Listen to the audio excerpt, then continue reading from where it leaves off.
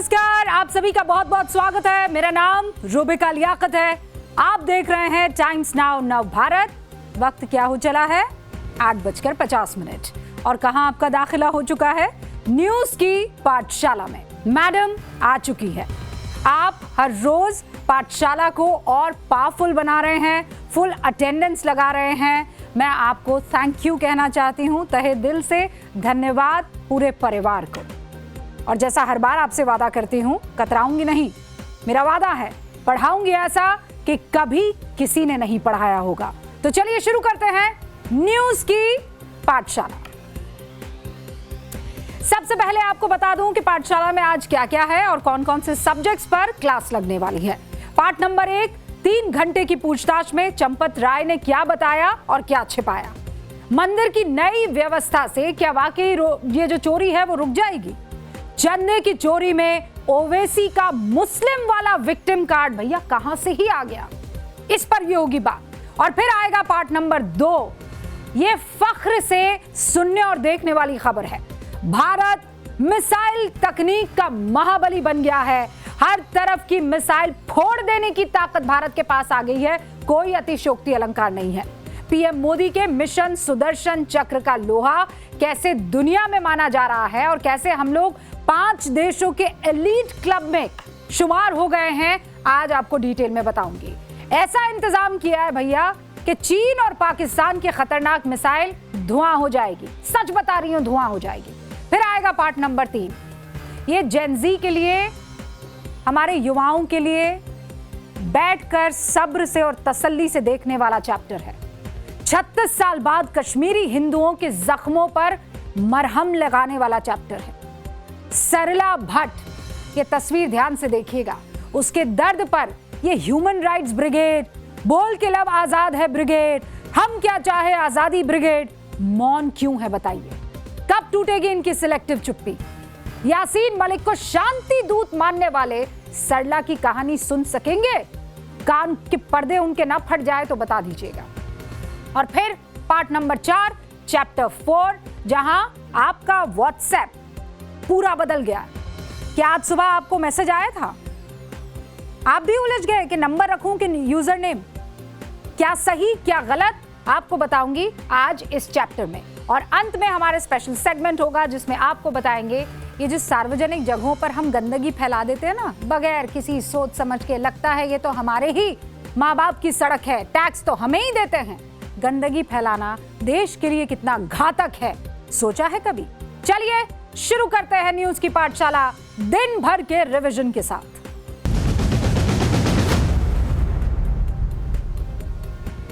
अभिषेक बनर्जी को कलकत्ता हाईकोर्ट से झटका लग गया है। सीआईडी को वॉइस सैंपल देने से राहत के लिए लगाई याचिका पर सुनवाई से इनकार हो गया है।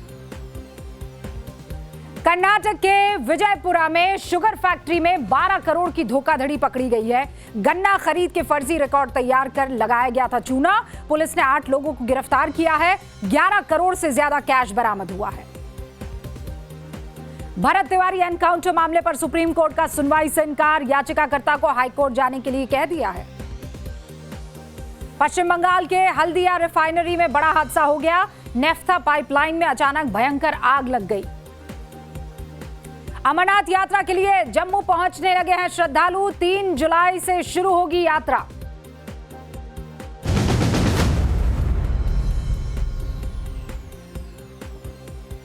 तो न्यूज की पाठशाला में सबसे पहले सोशल साइंस की क्लास।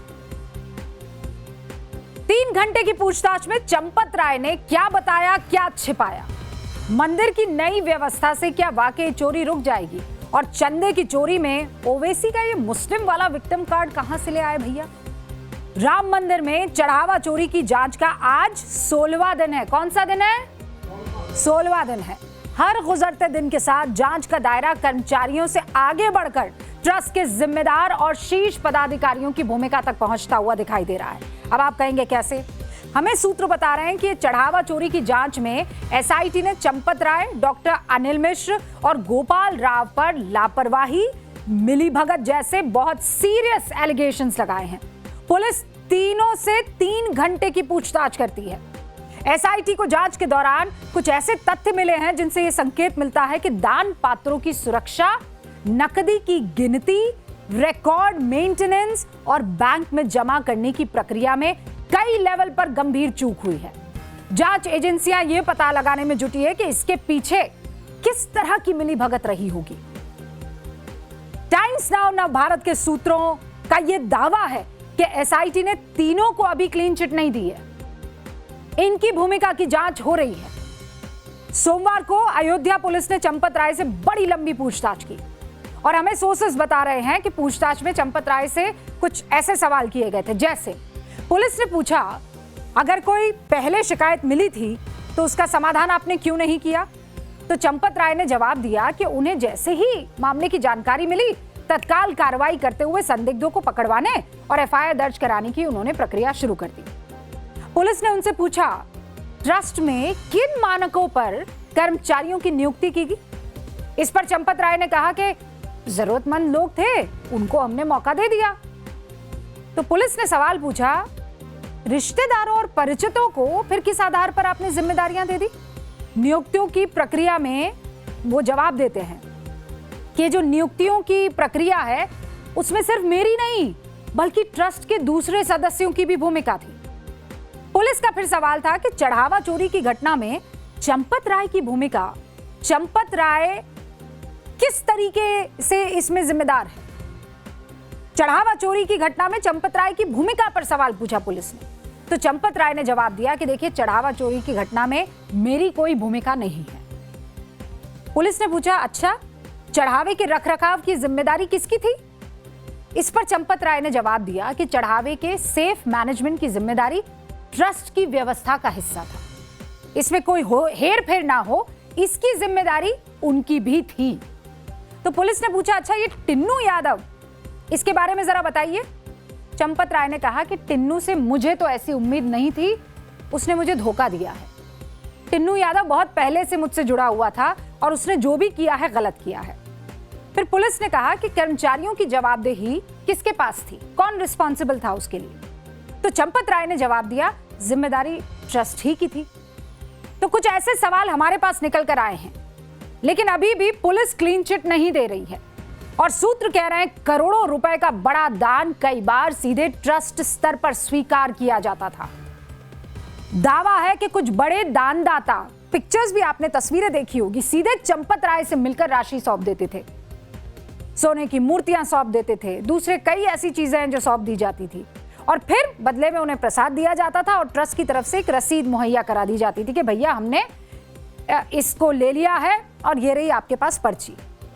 अब जांच एजेंसियां यह मिलान कर रही है कि जो राशि रिकॉर्ड में दर्ज हुई, पूरी रकम जो बैंक खातों तक पहुंची, उसमें कोई अंतर है कि सब एक जैसे हैं। और हमने तो खेल आपको पहले ही बता दिया, गड्डी तो गिनते थे बिल्कुल 50,000 की, लेकिन उसमें 5-10 ऐसे एक्स्ट्रा नोट घुसा देते थे, फिर बाद में उसे निकाल देते थे।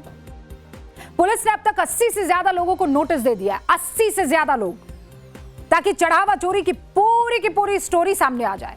गड़बड़ी किस स्तर पर हो रही थी, इसका अंदाजा लोग उनके बातचीत करने में ही साफ तौर पर पता लग जाएगा। फरवरी 2025 में ट्रस्ट और एसबीआई के बीच, ये बहुत इंपॉर्टेंट बात है, सुन लीजिएगा, 2025 में ट्रस्ट और एसबीआई दोनों के बीच में एमओयू होता है। एमओयू का मतलब समझते हैं? एमओयू का मतलब होता है मेमोरेंडम ऑफ अंडरस्टैंडिंग, मतलब आपकी और मेरे बीच एक समझ हो जाती है, उसके ऊपर हस्ताक्षर होते हैं। तो एमओयू साइन होता है ट्रस्ट और एसबीआई के बीच में। और सूत्र बता रहे हैं एमओयू में दान पत्र खोलने, दान की गिनती के वक्त ट्रस्ट और बैंक, ट्रस्ट के भी और बैंक के भी अधिकारियों की मौजूदगी एकदम अनिवार्य होगी, जरूरी होगी, यह तय हो गया था। चढ़ावे की गिनती में लगे कर्मियों के लिए ड्रेस कोड भी तय था कि भैया जो भी आएगा चढ़ावा गिनने के लिए उसका एक ड्रेस कोड होगा, लेकिन यह सिस्टम फॉलो ही नहीं हुआ। समझौते में यह था कि बैंक अधिकारियों के मंथली रोटेशन का भी उसमें जिक्र था कि भैया एक दिन राजा आएंगे, मतलब एक महीने रोस्टर लगेगा कि भाई एक हफ्ते रवि आएंगे, एक हफ्ते बिस्वा आएगा, एक हफ्ते राजा आएगा, एक हफ्ते दीपांशु आएगा, लेकिन रोटेशन का कोई प्रावधान ही नहीं था।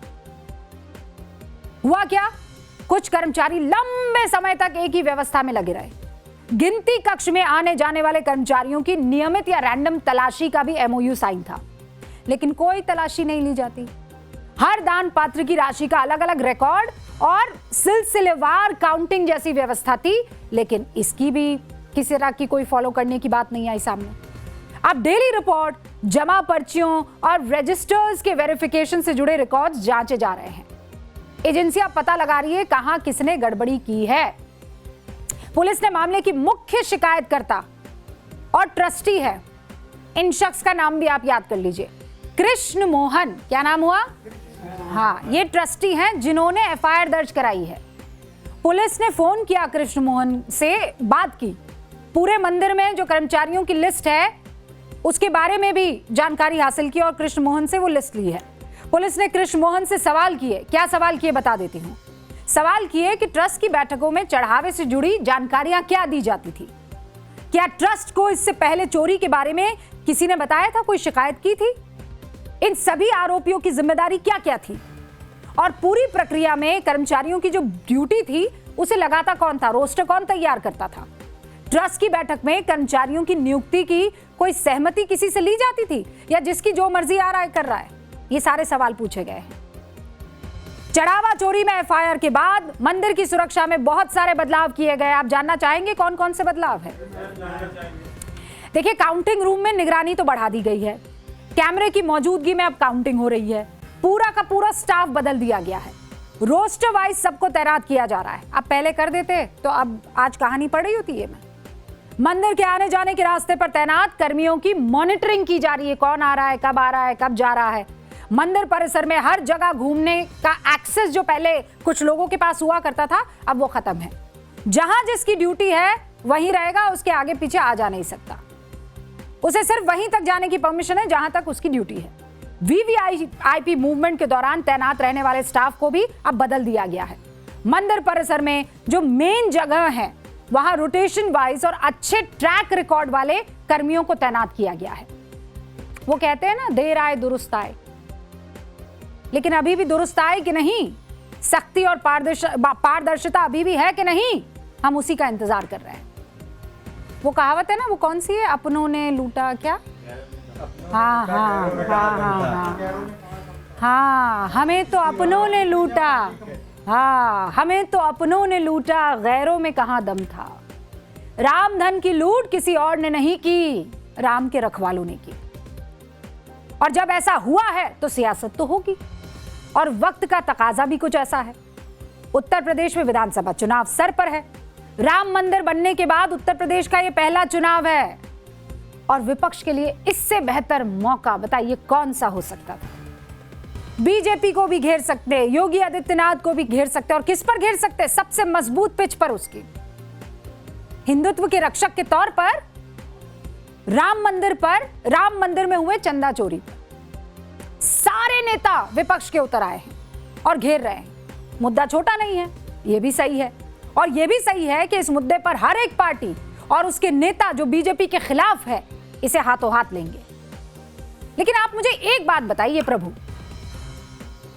प्रभु राम के चंदा चोरी मामले में मुसलमान की एंट्री हो जाए, मुगल भी आ जाए, गजनवी की भी एंट्री हो जाए, तो आप क्या कहेंगे?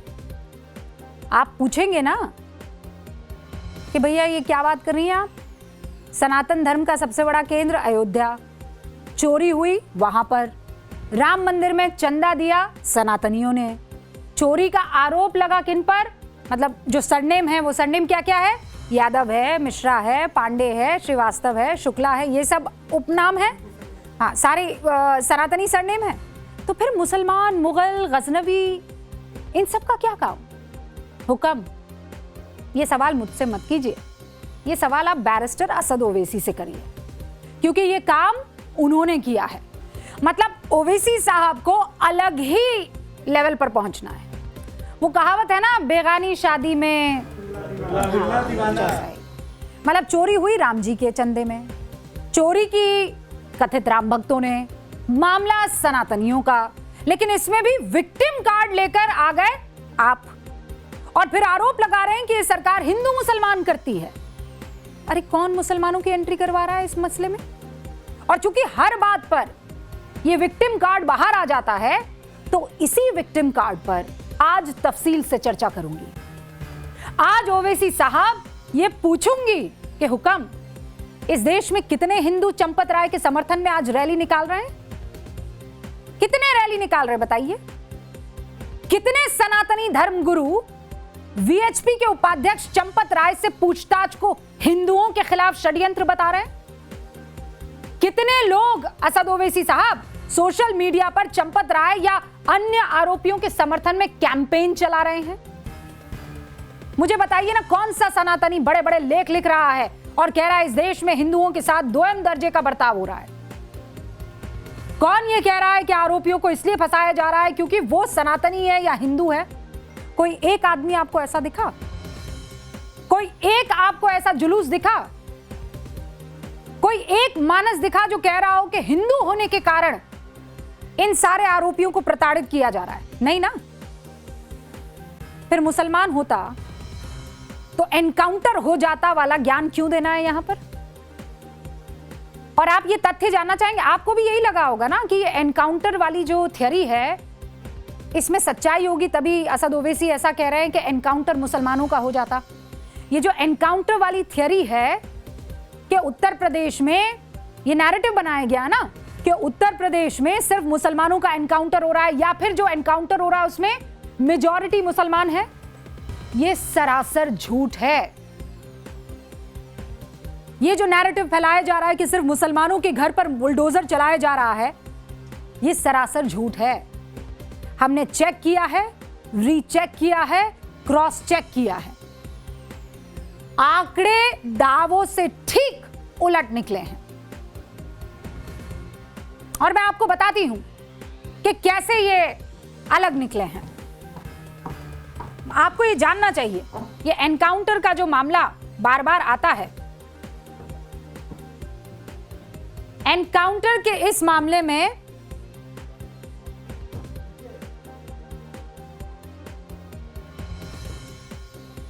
ये हम पीछे जाते हैं, ठीक है, डोंट सेव।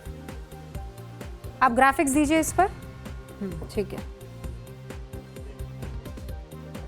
एनकाउंटर में धर्म वाले नैरेटिव का सच आपको बताने वाली हूं। सच क्या है? तारीख पहले देख लीजिए, 31/3/2017 से लेकर 5/9/2024 तक के आंकड़े हैं, ठीक है। ये इसका स्नैपशॉट ले लीजिएगा आप लोग सब। मीडिया रिपोर्ट के अनुसार 31 मार्च 2017 से सितंबर 2024 तक, 5 सितंबर 2024 तक उत्तर प्रदेश में कितने एनकाउंटर हुए हैं? 207। जो अपराधी मारे गए हैं वो कितने हैं? 207। अच्छा, अब यहां पर आ जाइए, या ये कितना नंबर है? 138। कायदे से अपराधियों का कोई धर्म नहीं होता, कोई जाति नहीं होती है। मैं बहुत क्लियर हूं इस मामले में। लेकिन चूंकि ये बार बार एनकाउंटर वाली थियरी आती है तो आज आप लोगों को बताना जरूरी है। 138 अपराधी जो हैं वो इस धर्म से ताल्लुक रखते थे, हिंदू। और ये मुसलमान कितने दिखा रहे हैं आपको? 67। अब कौन ज्यादा है? तो फिर कह दिया जाए कि अब हिंदू खतरे में है। अपराधी का कोई धर्म होता है? 138 हिंदू, 67 मुसलमान थे। यानी एनकाउंटर में जिन अपराधियों की मौत हुई है उसमें हर जाति, हर धर्म के लोग हैं। और मैंने यहां पर जाति नहीं बताई है, ना यहां मुसलमान की जाति बताई है, ना हिंदू की जाति बताई है। लेकिन विक्टिम कार्ड खेलने वालों के लिए ये आंकड़ा मजेदार नहीं है ना। ये बैठेगा ही नहीं, उस कार्ड में फिट ही नहीं बैठेगा। तो क्या करेंगे? चलो हवा बनाते हैं, डराते हैं। अपराधी का कोई मजहब नहीं होता और भारत की राजनीति ने अपराधियों को मजहब का चोला पहना दिया और ये सबसे बुरी बात है। सवाल उठता है, क्या हर कार्रवाई जो एक अपराधी इस्लाम को फॉलो करता है उस पर अगर की गई है तो वो इस्लाम पर हमला है या कानून अपना काम कर रहा है? और ये मामला आज का नहीं है। 1985 में शाहबानों के इंसाफ का मामला उठा। एक औरत अपने पति से अपने हक का गुजारा भत्ता मांग रही थी। कोर्ट ने शाहबानों का साथ दिया, इंसाफ हो गया। और जैसे ही इंसाफ हुआ, बड़े बड़े लेख लिखे गए। इस्लाम के बड़े बड़े ठेकेदार ये कहने लगे कि इस्लाम के खिलाफ है ये, और भारत में मुसलमानों के हक को दबाया जा रहा है। इतना हंगामा हुआ कि उस वक्त के प्रधानमंत्री राजीव गांधी ने सुप्रीम कोर्ट के फैसले को पलटने वाला विधेयक संसद में पास करा दिया। बताइए, आज भी तो मामला इंसाफ का है ना? राम मंदिर में चंदा चोरी का है, इंसाफ होना चाहिए। कानून की नजर में कोई ना हिंदू है ना मुसलमान है, वो सिर्फ आरोपी है, और अगर आरोप साबित हो गए तो अपराधी है। तो राजनीति की सबसे बड़ी विफलता क्या है बताइए? राजनीति की सबसे बड़ी विफलता यह है जब वो आरोपी को नागरिक नहीं, वोट बैंक बनाकर पेश करे कि कोई मुसलमान होता तो अब तक बुलडोजर चल जाता, कोई मुसलमान होता तो अब तक एनकाउंटर हो जाता। जब हाथ में एक बंदूक लिए आतंकी बुरहान वानी को सुरक्षा बलों ने मार गिराया, तो कौन थे जो बुरहान वानी का इमेज साफ करने के लिए आर्टिकल लिख रहे थे? कौन लोग थे बुरहान वानी के लिए पोस्टर लहरा रहे थे? अपराध को अपराध की तरह देखना, अपराधी को मजहब का कवच पहनाकर बचाने की कोशिश करना, दोनों में जमीन आसमान का अंतर है। जब याकूब मेमन देश के सुप्रीम कोर्ट से फांसी की सजा पाता है, तो कौन लोग थे जो आधी रात को फांसी की सजा रुकवाने के लिए कोर्ट पहुंच गए? किसे आतंकी से संवेदना हो रही थी? आज कोई गया है चंदा चोरी के आरोपियों को बचाने के लिए आधी रात कोर्ट में? उल्टा आरोपियों के साथ कोई वकील खड़ा नहीं है, और सारे के सारे आरोपी हिंदू हैं। कोई उसके बचाव में नहीं आ रहा है। और फिर आप कहते हैं कि नहीं, मुसलमानों के साथ, फलां के साथ। आप डराते हैं लोगों को। इस देश में जब याकूब मेमन को फांसी हुई तो उसके जनाजे में हजारों लोग शामिल हुए। देख लीजिए तस्वीर। बताइए, आजादी के नाम पर देश के दुश्मनों के साथ कौन खड़ा होगा? पड़ोसी देशों के पीड़ित अल्पसंख्यकों को भारत में नागरिकता देने के लिए जब सीएए कानून आया, तो कौन ये कह रहा था कि मुसलमानों के खिलाफ है? आज एक मुसलमान सीएए या एनआरसी के नाम पर बाहर किया गया देश से। एक मुसलमान। ये इतने बड़े बड़े रैलीज हुए थे, एक मुसलमान मुझे बताइए जिसको कहा गया हो कि भैया अब ये तुम्हारी जमीन नहीं है, जाओ। राजधानी दिल्ली में जगह जगह प्रदर्शन हुए, मुसलमानों को उकसाने वाले लेख लिखे गए, बार बार वही victim card, victim card, victim card, मुसलमानों की नागरिकता चली जाएगी। एक बताइए आदमी, एक आदमी जिसकी नागरिकता चली गई हो, मुसलमान। प्रदर्शन ऐसा कि भारत को टुकड़े कर दो, चिकन नेक काटने तक की बातें सामने आ गई थी। ऐसा कहने वाले के साथ आज भी संवेदना जताने वालों की कमी नहीं है। विक्टिम कार्ड, और विक्टिम कार्ड के उस चक्कर में नफरत फैलाओ। दिल्ली में दंगे हुए थे कि नहीं हुए थे? और ये सब सिर्फ और सिर्फ एक झूठे नैरेटिव के लिए। नहीं तो बताइए, सीए लागू हुए, मैं पूछ रही हूं ना, 2 साल हो गए। जिस चीज का डर और हवा बनाया जा रहा था, वो हुआ क्या? भ्रमित किया जा रहा है। अभी मैंने एक्सपोज कर दिया एनकाउंटर में कितने हिंदू मरे और कितने मुसलमान। फिर कह रही हूं, हिंदू मुसलमान इस देश में हो ही नहीं सकता है। यह देश संविधान से चलता है, कानून से चलता है। अभी पिछले साल अप्रैल में सरकार ने वक्फ कानून में बदलाव किया था।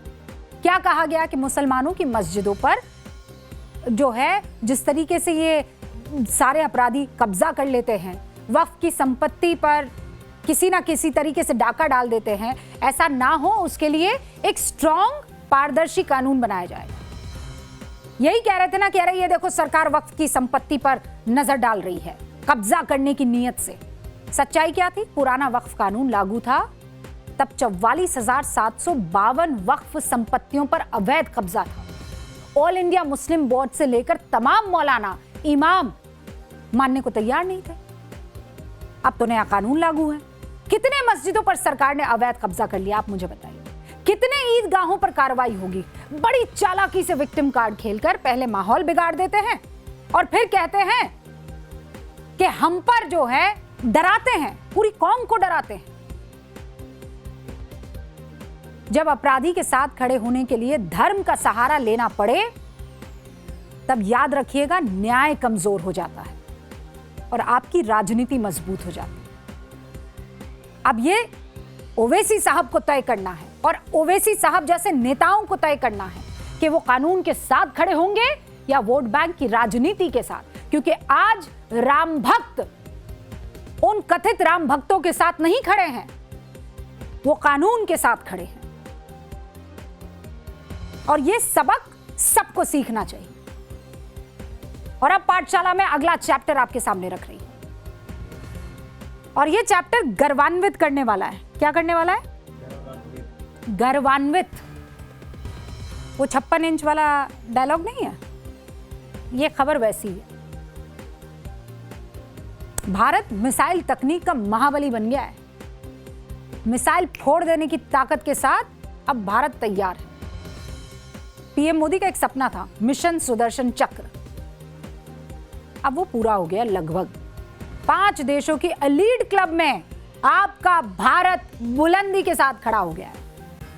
ऐसा इंतजाम कर दिया है कि चीन और पाकिस्तान की खतरनाक मिसाइल क्या हो जाएगी? धुआं। क्या हो जाएगी? भस्म हो जाएगी।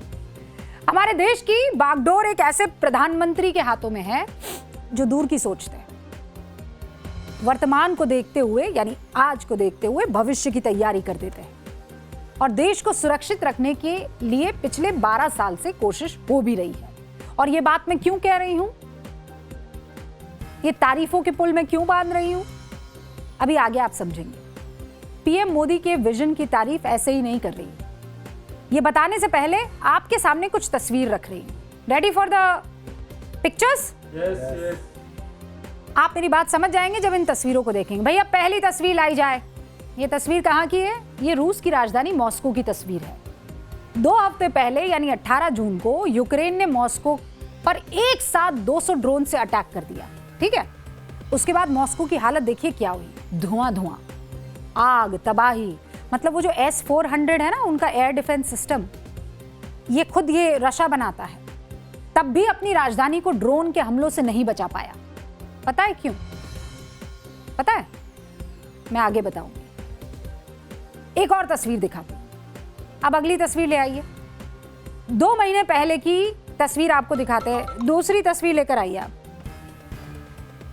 ये 2 महीने तक जलते मिडिल ईस्ट की ये तस्वीरें हैं, जिसमें ईरान है, यूएई है, सऊदी अरब है, कुवैत है और बहरीन है। इन सभी देशों के पास तेल का अथाह भंडार है, मतलब पैसे की कमी नहीं है। लेकिन ईरान ने इन देशों में अमेरिकी ठिकानों पर जो हमले किए आप सबने देखे ना। देश बेबस होकर तबाह होता रहा और देखता रहा, कुछ नहीं कर पाए ये देश। अब मैं आ जाती हूँ पीएम मोदी के उस विजन पर, जिसकी अभी मैं थोड़ा टाइम पहले बात कर रही थी ना, शुरू में किया था कि विजनरी आदमी है। कैसे? पिछले साल 15 अगस्त को पीएम मोदी ने जब भाषण दिया था लाल किले की प्राचीर से, तो एक बात कही थी उन्होंने कहा था, समृद्धि कितनी भी क्यों ना हो, मतलब आप कितने भी अमीर क्यों ना हो जाओ, कितना भी पैसा आपके पास क्यों ना आ जाए, अगर सुरक्षा के प्रति आप उदासीनता बरतते हैं, मतलब ध्यान नहीं देते हैं, तो समृद्धि किसी काम की नहीं रह जाती है।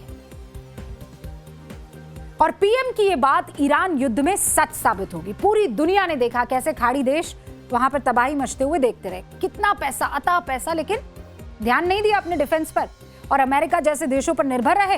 फिर क्या हालत हुई देख लीजिए। अमेरिका ने सबसे पहले अपने फौजियों को वहां से बाहर निकाल दिया, और जो इलाके लिए थे कि हम तुम्हारी रक्षा करेंगे, ये बेस हमको बनाने दो, वहां लगातार बमबारी ईरान ने की और ये देश कुछ नहीं कर पाए। भारत के साथ ऐसा नहीं है, शुक्र कीजिए। मिशन सुदर्शन चक्र, ये भारत का वो मुकाम हासिल कराने वाला चक्र है जिसे दुनिया में केवल 4 देश पा पाए।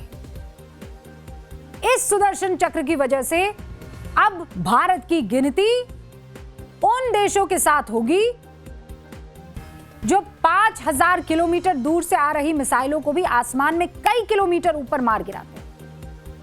यह एयर डिफेंस तकनीक अब तक सिर्फ अमेरिका के पास थी, रूस के पास थी, चीन के पास थी, इजराइल के पास थी। किस किस के पास? अमेरिका, रूस, चीन, इजराइल। अब 5वां कौन हो गया? इंडिया। भारत। एलीट क्लब में हम लोग शामिल हो गए। ग्रैंड एंट्री हुई है, ग्रैंड। पीएम मोदी की जगह कोई और होता तो ये पाकिस्तान जब अपने ऊपर अटैक कर रहा था ना, वो ड्रोन वगैरह लाकर, एक भी ड्रोन अपने यहाँ आकर फटा, किसी के साथ कुछ गड़बड़ी हुई नहीं ना?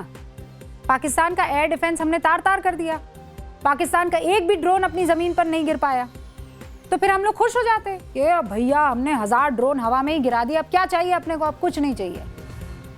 लेकिन भारत के एयर डिफेंस को अपग्रेड करने की जरूरत उस वक्त पीएम ने महसूस कर दी कि नहीं बॉस, हमें और आगे बढ़ना है।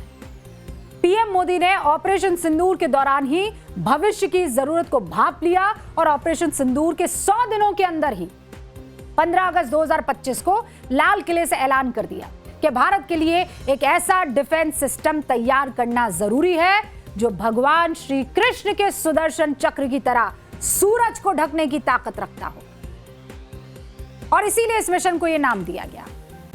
इस नायाब डिफेंस सिस्टम का नाम भगवान श्री कृष्ण के अचूक अस्त्र सुदर्शन चक्र के नाम पर आपको पता है क्यों पड़ा है? आप खुद ही सुन लीजिए। जब महाभारत की लड़ाई चल रही थी, श्री कृष्ण ने अपने सुदर्शन चक्र से सूर्य के प्रकाश को रोक दिया था और दिन में ही अंधेरा कर दिया था। सूर्य प्रकाश को सुदर्शन चक्र से रोक दिया था और तब अर्जुन ने जो शपथ ली थी जयद्रथ का वध करने की, उस प्रतिज्ञा को अर्जुन पूर्ण कर पाए थे। वो सुदर्शन चक्र के पराक्रम और रणनीति का परिणाम। अब देश सुदर्शन चक्र मिशन लॉन्च करेगा। अच्छा, आप लोग साथ के साथ मुझे संदेश भी देते रहते हैं। तो जब पीएम साहब का ये आपको सुना रही थी बयान, तो एक साहब हैं, उनका नाम है महेंद्र रावत 7501। वो लिख रहे हैं, लियाकत बहन, अगर रूस के पास सुदर्शन चक्र जैसा चक्र है तो फिर उसे नुकसान क्यों हो रहा है? Valid point. आगे आपको समझाऊंगी ऐसा क्यों है। देखिए, ड्रोन तो हमने भी मार गिराए, उनके पास ड्रोन गिराने वाला सिस्टम नहीं था। हमारे पास ड्रोन गिराने वाला सिस्टम था, लेकिन उनके जैसा सिस्टम नहीं था। कौन सा वाला सिस्टम नहीं था, अभी बताती हूँ। देखिए, भारत ने BMD नाम का एक स्वदेशी वेपन सिस्टम डेवलप कर दिया है। अब ये कितना कमाल का, उसके बारे में आपको मैं बताती हूँ। लेकिन उससे पहले ये जान लीजिए कि जिस मिशन के तहत भारत के हमारे अपने साइंटिस्ट वैज्ञानिकों ने BMD, ये BMD क्या होता है पता है? B for ballistic, M for missile, D for defence. क्या हुआ? BMD, ballistic missile defence system. ये हमारे अपने वैज्ञानिकों ने विकसित किया है और इसी BMD को हम क्या कह रहे हैं? श्री कृष्ण का सुदर्शन चक्र। अब मैं आपको समझाती हूँ ये काम कैसे करता है। चलिए, मिशन सुदर्शन चक्र से सुरक्षित भारत कैसे। अच्छा, पहले ये बताऊं, उससे पहले इसका मकसद क्या है ये भी तो आपको समझाना चाहिए ना भाई। बोर्ड बाबू के पास जाए उससे पहले एक और चीज समझ लीजिए। इस मिशन का मकसद है युद्ध के बदलते तौर तरीकों के हिसाब से भविष्य के युद्ध की बेजोड़ तैयारी कर देना। पीएम मोदी का टारगेट है कि 2035 तक भारत के आसमान को अभेद बना दिया जाए, यानी कि दुश्मन कोई भी हथियार आसमान से नीचे अपने पास भेज ना पाए। मिशन सुदर्शन चक्र का काम दुश्मन के हवाई हमलों को टारगेट तक पहुंचने से पहले रोक देना है, और केवल रोकना नहीं है, उसे खत्म कर देना उसके इलाके में जाकर। सुदर्शन चक्र दुनिया का इकलौता ऐसा वेपन सिस्टम होगा जो सिर्फ एयर डिफेंस ही नहीं करेगा, बल्कि दुश्मन के हमले की लोकेशन को ट्रेस करेगा और फिर पलटवार भी करेगा। मिशन सुदर्शन चक्र को पूरी तरह से स्वदेशी बनाया गया है। यानी क्या है ये? देसी, पूरा का पूरा स्वदेशी है, ताकि किसी दूसरे देश पर हमें निर्भर ही ना होना पड़े। इसीलिए हैदराबाद स्थित DRDL में हाईटेक वेपन सिस्टम लैब की स्थापना कर दी गई है और इसी लैब में मिशन सुदर्शन चक्र की रिसर्च हो रही है, इसका डेवलपमेंट किया जा रहा है और मैन्युफैक्चरिंग प्लान भी यहां पर बनाया जा रहा है। अब भारत में BMD सिस्टम बनाकर पाकिस्तान और चीन के होश कैसे उड़ा दिए गए हैं, क्योंकि भारत का एयर डिफेंस सिस्टम पहले के मुकाबले अब ज्यादा अभेद्य हो गया है। BMD कैसे हमारे देश की सुरक्षा करेगा, आपको मैं समझाने की कोशिश करती हूँ, ठीक है। अब इसको ऐसे समझिए आप कि पहले अपन जाते हैं और ये जैसे देखिए यहां से एक अटैक आता है, अटैक होती है, बैलिस्टिक मिसाइल जो है वो देश की तरफ आती। नहीं, इसको ऐसे नहीं समझाती, इसको मैं आपको तस्वीरों के जरिए समझाती हूँ। ग्राफिक्स लगाइए भैया, दर्शकों के लिए ग्राफिक्स।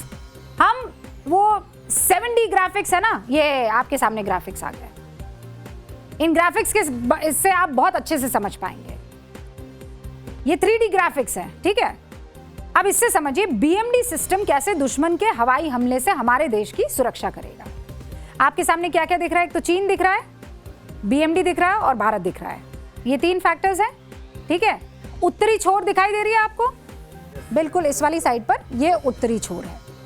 मान लीजिए जम्मू कश्मीर में ये आपको तरंगे निकल रही है, तरंगे दिख रही है आपको, बिल्कुल ये मेरी उंगली के यहाँ निशान पर, ओके। मान लीजिए कश्मीर में हमारा BMD सिस्टम एक्टिव है और लगातार भारत के आसमान में खतरे की निगरानी कर रहा है, ठीक है।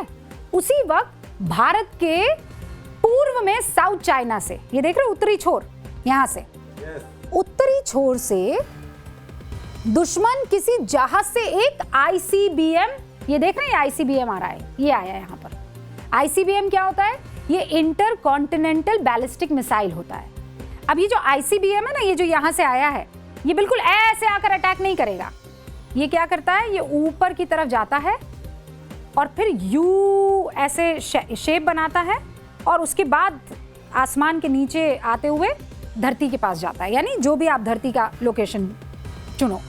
तो इसका टारगेट मान लीजिए ये यहां से आया उत्तरी छोर से, ये ऊपर की तरफ गया और नीचे की तरफ आया देश की राजधानी दिल्ली को टारगेट करने के लिए। खुदा ना खास्ता ऐसा हो, लेकिन अगर हो, दुश्मन के इस मिसाइल के लॉन्च होते ही हमारा जो ये BMD है ये एक्टिवेट हो जाएगा। एक्टिव है, ये क्या करेगा? ये ट्रेस कर देगा, ठीक है। और अब यहां पर देखिए, आप ट्रेस कर दिया। अब ट्रेस करने के बाद ये जाएगा और उसे अटैक कर देगा, ठीक है। लेकिन मैं क्या कह रही थी कि वो जो बैलिस्टिक मिसाइल है जिसके लिए आपको बता रही थी, वो साउथ चाइना सी की तरफ से जो आया था उसे ICBM कहते हैं। तो ICBM क्या है? वो ICBM ऊपर की तरफ गया है ना। अब यहाँ पर जो हमारा BMD है, उस BMD ने ट्रेस किया और उसके बाद ऊपर की तरफ गया। अभी तो धरती की तरफ आया नहीं है ये ICBM, ऊपर की तरफ गया, वहीं पर उसे ट्रेस किया और खत्म कर दिया। खत्म मामला, वहां ऊपर ही वायुमंडल जो दिख रहा है आपको, ऊपर के ऊपर ही मामला खत्म कर दिया, छोड़ दिया ऊपर ही। लेकिन खुदा ना खास्ता चूक हो जाए, चलिए चूक हो जाए कि हमारा जो BMD है उसने एक मिसाइल लॉन्च की, ऊपर मामला फंस गया, नहीं मार पाए, तो कोई बात नहीं। जैसे ही वो नीचे आएगा वायुमंडल से होता हुआ हमारे इलाके में, जैसे ही आएगा एक और बैलिस्टिक मिसाइल हमारी छोड़ दी जाएगी और वो नीचे उसको तबाह कर देगा। तो ये हम करने में सक्षम हो गए। अब ये एक बार नहीं, मिस हुआ तो दूसरी बार में पकड़ लेंगे। ये देखिए ये कैसे फोड़ा, ये देखिए ये ऊपर गया, ऊपर से नीचे आ गया और धाम खत्म। ICBM मिसाइल के हमले का पैटर्न आपने देख लिया। पहले रॉकेट की तरह धरती के वायुमंडल से बाहर निकल जाती है और फिर वहां से धरती की तरफ वापस लौट कर आती है।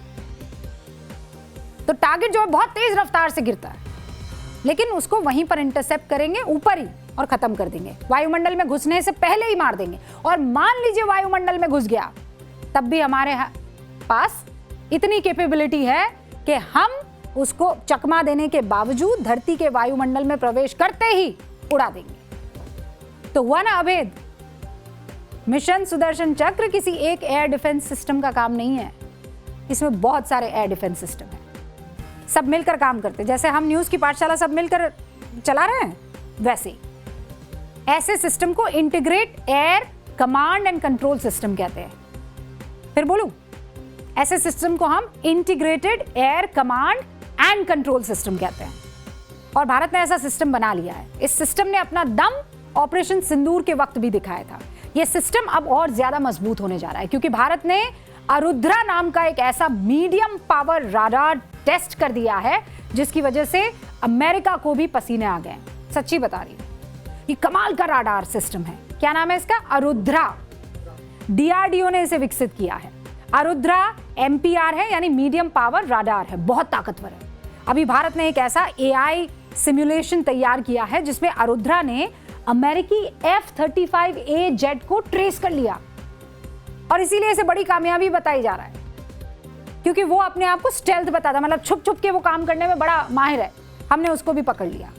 एक और खास बात यह है कि Arudra integrated air command and control system को भी सपोर्ट करता है, और इसीलिए एक्सपर्ट्स इसे भारत के एयर डिफेंस सिस्टम का नया आयाम मान रहे हैं।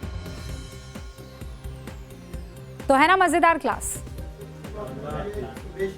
स्वदेशी है ये, और स्वदेशी की तो बात, अपने मिट्टी की तो बात ही अलग है ना। अब पाठशाला में अगली क्लास का हम रुख कर रहे हैं। इस क्लास के लिए पता है आपको क्या चाहिए? मैं दर्शकों को बता, इस क्लास के लिए जिगर चाहिए। मैं जब ये पढ़ रही थी ना, तो मेरे रोंगटे खड़े हो रहे थे। और ये जो अब मैं आपको कहानी बताने जा रही हूं, बताने वाले का भी जिगरा होना चाहिए और सुनने वाले का भी जिगरा होना चाहिए। तड़पा देने वाली कहानी है ये हिस्ट्री की क्लास है। ये जितने भी नए बच्चे जेनजी हैं और जितने भी पुराने नैरेटिव में फंसे हुए लोग हैं, उनको ये खबर देखनी बहुत ज़रूरी है। 36 साल बाद कश्मीरी हिंदुओं के जख्मों पर मरहम लगा है, और मैं तो मरहम है भी नहीं, ये जख्म ताज़ा हुए, मरहम तो अब लगेंगे। सरला भट्ट के दर्द पर ये जो ब्रिगेड खामोश है ना, ह्यूमन राइट ब्रिगेड, बोल के लब आज़ाद है, इनकी सेलेक्टिव चुप्पी टूट नहीं रही है। यासीन मलिक को ये लोग शांति दूत कहा करते थे, और ये जो शांति दूत मानते हैं ना यासीन मलिक को, जब सरला की कहानी सुनेंगे ना, पागल हो जाएंगे। न्याय की नजरों में ना तो कोई पीड़ित ऐसा है जिसे भुला दिया जाए, और ना ही कोई अपराधी ऐसा है जो कानून की पहुंच से बाहर हो। ये लाइनें मेरी नहीं है। इन्हीं लाइनों के साथ जम्मू कश्मीर पुलिस की स्टेट इन्वेस्टिगेशन एजेंसी ने अपने प्रेस नोट को खत्म किया, और 36 साल पुराने सरला भट्ट केस में इंसाफ की पहली सीढ़ी चढ़ने की शुरुआत हुई। 36 साल एक फाइल धूल खाती रही, और अब जाकर इस केस में 737 पन्नों की चार्जशीट दाखिल हुई है। इसमें यासीन मलिक और उसके साथ 5 और लोगों के नाम आए हैं। अब मैं आपसे एक सवाल पूछूं, आप जानते हैं सरला भट्ट कौन है? सच बताना। नहीं? मेरा सवाल उन सभी 15, 16, 17, 18 साल के बच्चों से, हो सकता है हमारे सामने जो बुजुर्ग अभी बैठे हुए हैं, अदब से आपको प्रणाम और सलाम, आपको भी ना पता हो सरला भट्ट के बारे में। ये जो महिला है ना, जिसकी पुरानी धुंधली सी तस्वीर आप देख रहे हैं, ये एक नर्स थी कश्मीर में। 36 साल पहले की कहानी है। एक पूरी पीढ़ी जवान हो जाती है 36 साल में, है ना? दुनिया बदल जाती है, तकनीक बदल जाती है, सरकारें बदल जाती है, आप जवान हो जाते हैं, घर ले लेते हैं, गाड़ी ले लेते हैं, माँ को, पिता को, बाबूजी को घुमा लाते हैं। लेकिन इस परिवार की आंखों में 36 साल से इंसाफ का इंतजार ठहरा हुआ था। साल था 1990। कश्मीर घाटी, जब चिनार के पत्तों का रंग सुर्ख हो रहा था, लाल हो रहा था, लेकिन पतझड़ की वजह से नहीं था, बारूद और अपनों के खून की वजह से था। वो 90 का दशक था, और सरला भट्ट कोई बहुत वीआईपी, कोई बड़ी महिला नहीं थी, सरल सी सरला थी। श्रीनगर के शौरा मेडिकल इंस्टीट्यूट में एक नर्स थी। तारीख थी 15 अप्रैल 1990। सरला भट्ट को अस्पताल से गन पॉइंट पर किडनैप कर लिया जाता है, और किडनैप करते हैं JKLF के खूंखार आतंकी, उठा ले जाते उसको। पूरे 4 दिन। 27 साल की थी तब, मासूम लड़की, और उसे एक काल कोठरी में बंद कर देते हैं। उस मासूम लड़की के साथ रेप करते हैं, उसको टॉर्चर करते हैं, उसके शरीर को दांतों से काटते हैं, सिगरेट पीते हैं ना, सिगरेट से उसके बदन को जलाते हैं। कब तक बर्दाश्त करती? 19 अप्रैल को उसको गोलियों से छलनी कर दिया। फिर पता है क्या किया? सरला की लाश को श्रीनगर के लाल बाजार के पास फेंक दिया और सरला भट्ट की लाश के पास एक नोट चिपका दिया। उस पर पता है क्या लिखा था? सरला भट्ट पुलिस इंफॉर्मेंट, यानी पुलिस की खबरी। ये पुलिस इंफॉर्मेंट थी, इसीलिए उसे मार दिया गया। अब सच्चाई सामने आई है, एक लाइन की सच्चाई है। पता है क्या? सरला भट्ट कश्मीरी पंडित थी और आतंकी कश्मीरी हिंदुओं को किसी भी कीमत पर कश्मीर से भगाना चाहते थे। सुना है ना वो रलीफ गलीफ सलीफ, उसके नारे लगाकर इन आतंकियों ने घाटी को खून से रंग दिया। और अगर आपको लग रहा है कि ये बहुत दर्दनाक कहानी है, ना, दर्द तो आपने अभी महसूस ही नहीं किया है। इस हत्या में जो आतंकी शामिल थे, पहले उनका नाम सुनिए आप। मोहम्मद यासीन मलिक, खुर्शीद अहमद चालकू, अब्दुल हमीद शेख, मोहम्मद यूसुफ सोफी और गुलाम मोहम्मद टपलू।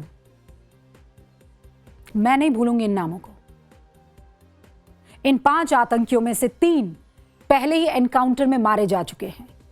एक आतंकी फरार है और इस गुनाह का मास्टरमाइंड यासीन मलिक तिहाड़ जेल में बंद है। यह वही यासीन मलिक है जिस आतंकी को यूपीए सरकार के दौर में शांति का मसीहा बनाकर पेश करने की घिनौनी कोशिश की गई। कश्मीर का कत्लेआम करने वाला यह आतंकी दिल्ली के सत्ता के गलियारों में वीआईपी ट्रीटमेंट पा रहा था। यह सरला का हत्यारा। यह तस्वीर कौन भूल सकता है? ये 2006 में जब यह आतंकी प्रधानमंत्री मनमोहन सिंह से पीएम आवास पर मुलाकात करने पहुंचा था, सरकार को कश्मीर में शांति स्थापित करने के लिए राय दे रहा था। ये जिस यासीन मलिक के हाथों पर कश्मीरी हिंदुओं और वायुसेना के ऑफिसर्स का खून लगा था, वो प्रधानमंत्री को सिग्नेचर कैंपेन की सीडी गिफ्ट कर रहा था। शेम। कश्मीरी पंडित तंबू में रहने को मजबूर थे, दाने दाने को तरस रहे थे। उनके हत्यारों को दिल्ली में 5 स्टार मेहमान नवाजी मिल रही थी। तब अलगाववादियों को पुचकारना, उन्हें कश्मीरी आवाम का नुमाइंदा बताना, क्या यह देश के साथ और कश्मीर की उन पीड़ित बेटियों के साथ, मुझे आप बताइए, विश्वासघात नहीं था क्या? और ये यासीन मलिक ये खुद हलफनामे में दाखिल करता है दावा कि जब 2006 में वो आतंकी हाफिज सईद से मिलकर लौटा ना, तो उस समय पीएम मनमोहन सिंह ने, ये हलफनामे में इसने लिखा है, मैं नहीं कह रही हूं, तब पीएम मनमोहन सिंह ने उसे थैंक यू कहा था और कश्मीर में अहिंसक आंदोलन का जनक बताया था इस आदमी को। आज इसी आतंकी के गुनाहों का एक एक करके हिसाब हो रहा है।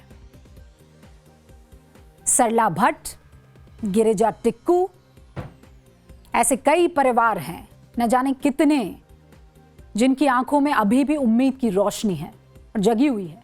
देर हुई है, बहुत देर हुई है, लेकिन उन्हें इंसाफ मिलेगा, हम तो यही उम्मीद करते हैं। अब वापस सरला पर आती हूं मैं। सिद्धार्थ गिगू और वरदा शर्मा की किताब है। इस किताब का अंश पढ़ूंगी तो आपको पता पड़ेगा कि सरला के साथ क्या हुआ। मैं आपको कह रही थी ना कि दर्द का तो अभी आपको आभास भी नहीं हुआ है। उस किताब का नाम है a long dream of home. उस किताब में उन्होंने लिखा है, सरला भट्ट की जब हत्या हो गई तो उनके पड़ोसी इंदु भूषण जुत्सी बताते हैं कि जब पूरे परिवार को सरला की मौत की खबर मिली, तब अनंतनाग में कर्फ्यू लगा हुआ था। सरला की मौत के बाद क्या हुआ, पहले तो आसपास के उनके मुस्लिम पड़ोसी जो थे वो तड़प गए तो जमा हुए, लेकिन धीरे धीरे करके वो वहां से चले गए। और सरला भट्ट के पिता, उनका नाम है शंभूनाथ। शंभूनाथ और उनके परिवार वाले अकेले रह गए। उनके अगल बगल अब कोई नहीं था, कोई पड़ोसी, कोई नहीं। ये सिग्नल था कि अगर इस कश्मीरी हिंदू परिवार पर अटैक होता है तो कोई मदद के लिए आगे नहीं आएगा, वरना उसका हश्र भी ऐसा ही होगा। फिर रात के 10 बज जाते हैं इंतजार करते करते। सरला की लाश परिवार को सौंप दी जाती है। उस लाश को देखकर एक बाप ने क्या सोचा होगा? जब सिगरेट से जला हुआ शरीर दिखा होगा, खून से लथपथ शरीर दिखा होगा, एक बाप को अपनी जवान बेटी का हर अंग में गोली, तो क्या बीती होगी उस बाप पर, उस परिवार पर। और मैं आपसे कहूं कि ये तो है कि आप मातम मना रहे हैं, आप उस बच्ची की लाश को देख रहे हैं, लेकिन अभी और आपके ऊपर पहाड़ का दुख टूटेगा, क्योंकि आपको नहीं पता है कि इस बच्ची को कहां पर अंतिम संस्कार के लिए ले जाया जाए। कैसे करूं मैं इस बच्ची का अंतिम संस्कार? अंतिम संस्कार के लिए लकड़ियां नहीं थी। आतंकियों ने पड़ोसियों को ऐसा डरा दिया कि अगर कोई इस घर की मदद करेगा, परिवार की मदद करेगा, तो उसका अंजाम खराब होगा। आतंक का खौफ इतना कि एक तिली तक नसीब नहीं होने को मुस्लिम बहुल इलाका। उस रात सरला के परिवार की मदद किसी ने नहीं की। हाँ, दूसरे मोहल्ले के रहने वाले एक पंडित परिवार ने लकड़ियां भेजी अंतिम संस्कार के लिए, लेकिन पंडित आए नहीं। कोई पंडित नहीं मिला, फूल नहीं मिले, धूप बत्ती नहीं मिली। मोहल्ले के बाहर निकलना नामुमकिन था, आप जा ही नहीं सकते थे मोहल्ले के बाहर। पता है अंतिम संस्कार कहां हुआ सरला का? एक छोटे से नाले के बगल में, नाला होता है ना, उसके बगल में। अभी भी आपने दर्द महसूस नहीं किया है, अभी रुकिए। सरला के पार्थिव शरीर को जब वो पिता लेकर जा रहा था तो युवकों ने रास्ता रोका, किसी तरह हाथ जोड़े, पैर पकड़े, आंसू बहाए, गिड़गिड़ाए, तब जाकर कहा जाओ दे दो इसको अंतिम विदाई। और फिर अंतिम संस्कार के बाद अस्थियां लेकर आते हैं ना, आप चुनते हैं, राख जिसे कहते हैं। तो परिवार जब अस्थियां लेने के लिए गया ना, जहां सरला को अंतिम विदाई दी गई थी, तो अस्थि कलश को लात मार दी गई। उसकी पूरी मिट्टी को इधर उधर और उसमें खेलने लगे, बिखेर दिया जमीन पर। और वो दिन सरला के भाई को आज भी याद है। आप सुन लीजिए। आप अस्थियां लेने भी गए थे कश्मीर? अस्थियां लेने गए थे हम, मैं और उस लड़की का फुफड़, 2 ही बंदे थे हम। वहाँ पे कम से कम 150-200 बंदे बैठे थे। ये मुस्लिम, वो मिलिटेंट थे, कौन थे क्या थे, तो हमारे साथ लड़ने लगे, गाली गलौज करने लगे हमारे साथ। फिर हमने कहा कि हमने थोड़ी सी राख उठानी है, हालांकि हम एक मटका लेके गए थे वहाँ पर, वो मटके में वो राख ले आएंगे हम। इतना गुस्सा हुए, वो उठे और अपने जूतों से फैला दिया वो पूरे में सारा वो उनके वो ऐश। फिर वो फैरन का अंदर से वो पोस होता है, उसमें से एक मुट्ठी उठाई और उसमें डाल दी और चले गए हम।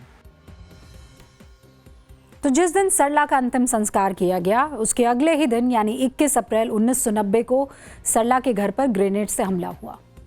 परिवार डरा हुआ था और रातों रात उन्होंने कश्मीर छोड़ दिया, जम्मू चले गए। 1979 में कश्मीरी पंडितों को निशाना बनाने के लिए पाकिस्तान प्रायोजित आतंकी हमले शुरू हुए। जनवरी 1990 लाखों की तादाद में कश्मीरी हिंदू घाटी छोड़कर भाग गए, मजबूर हुए। अप्रैल 1990 में हिजबुल मुजाहिदीन ने 24 घंटे के अंदर कश्मीरी हिंदुओं को घाटी छोड़ने का अल्टीमेटम दे दिया। उसके बाद 62,000 कश्मीरी हिंदू परिवारों को अपना घर, अपनी जमीन, अपनी मिट्टी, अपनी घाटी सब छोड़कर जाना पड़ा। 219 कश्मीरी हिंदुओं की हत्या हो गई। कहते हैं समय बड़ा बलवान होता है। वक्त हर घाव को भर देता है, लेकिन कुछ जख्म कभी नहीं भरते और उन्हें याद करना और हमेशा याद रखना बहुत जरूरी है, ताकि फिर कोई सरला भट्ट या गिरिजा टिक्कू ना बने। सरला भट्ट के लिए इंसाफ की आवाज को 36 सालों तक क्यों दबा कर रखा गया, इसका एक लाइन का जवाब मेरे पास है। तुष्टीकरण का शोर इतना ऊंचा था कि इंसाफ की पुकार उसके नीचे कहीं दबकर रह गई। बस